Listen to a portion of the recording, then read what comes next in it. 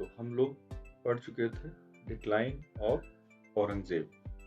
तो क्या क्या रीजंस थे जिसकी वजह से मुगल्स डिक्लाइन होते चले गए। सबसे पहला, policies of Aurangzeb. Expansion policy. Aurangzeb ने अपना एम्पायर इतना बढ़ा लिया था कि उसको कंट्रोल करना बहुत ही मुश्किल हो रहा था, जिसकी वजह से एक पावर सेंटर नहीं बन पाया और वो डिक्लाइन होता चला गया। तो एक्सपेंशन पॉलिसी पहला reason. Second is religious policy. Aurangzeb intolerant था टुवर्ड्स अदर रिलीजन्स, जैसे कि उसने जिजिया लगाया हिंदूज के ऊपर, हिंदू टेम्पल्स डिस्ट्रॉय किए, और मेजॉरिटी ऑफ हिंदू पॉपुलेशन थी और हिंदू रूलर्स थे जो मुगल एम्पायर को सपोर्ट करते थे। बट इसके बावजूद भी उन्होंने जिजिया लगाया और हिंदू टेम्पल्स को डिस्ट्रॉय किया। तो उनकी रिलीजियस पॉलिसी की वजह से भी उनका पतन हो गया। Next, Deccan policy.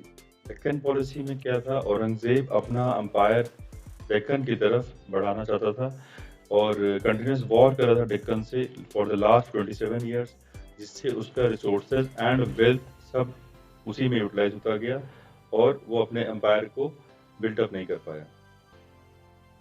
He succeeded in defeating Bijapur in 1686, Golconda in 1687 और छत्रपति संभाजी को भी किल कर दिया 1689 में।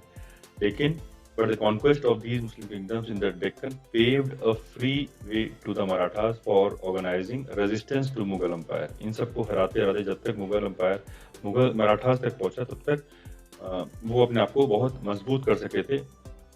And empire Aurangzeb failed to check and counter this Maratha uprising, and इसी को डेक्कन अल्सर का नाम दिया जाता है।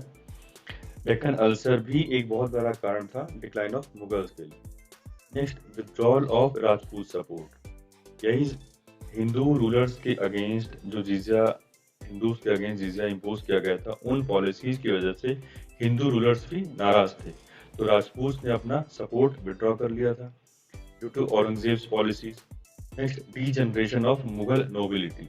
मुगल्स के जो नोबल्स थे जैसे सैयद ब्रदर, जुल्फिकर खान, ये एक के बाद एक राजाओं को अपने फायदे के लिए यूज करते रहे और बाद में मारते भी रहे, जिससे कि उनकी इम्पोर्टेंस कम होती गई। Next, court factions. Court factions means जो दरबार में इनके मेन एम्प्लॉयज होते हैं, मेन नोबल्स होते हैं, वो डिवाइड होते चले गए। जैसे कि नोबल्स डिवाइड हुए थे तुरानी और हिंदुस्तानी पार्टी के बीच में, यह आपने मेडिवल इंडिया में पढ़ा होगा। These groups worked only for their self interest. Then rise of Marathas का राइज हुआ डेक्कन अल्सर की वजह से, एंड जब तक साउथ में डेक्कन में औरंगजेब मराठास तक पहुंचे, तब तक वो इतने स्ट्रांग हो चुके थे कि उन्होंने उनको खूब स्ट्रांग रेजिस्टेंस किया।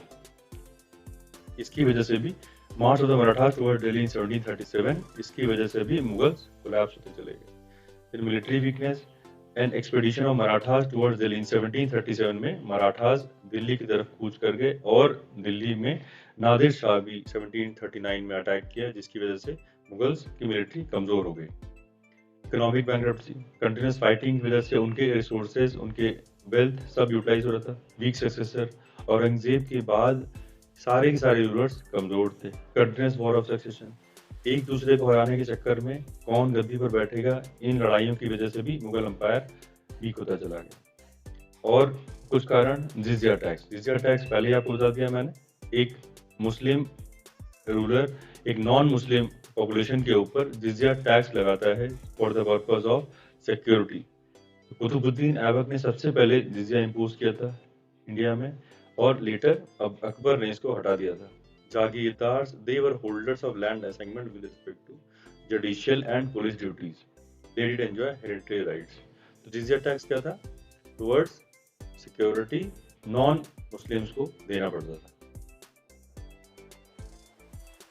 इजारा फार्मिंग क्या था, बंगाल में इंट्रोड्यूस किया गया। इसके अंदर पेजेंट्स जिनके पास रिसोर्सेज नहीं थे और जिनको फार्मिंग करनी थी, due to lack of resources, वो किसी थर्ड पार्टी को अपना फार्म दे सकते थे, जिनको रेवेन्यू फार्मर्स भी बोला जाता था।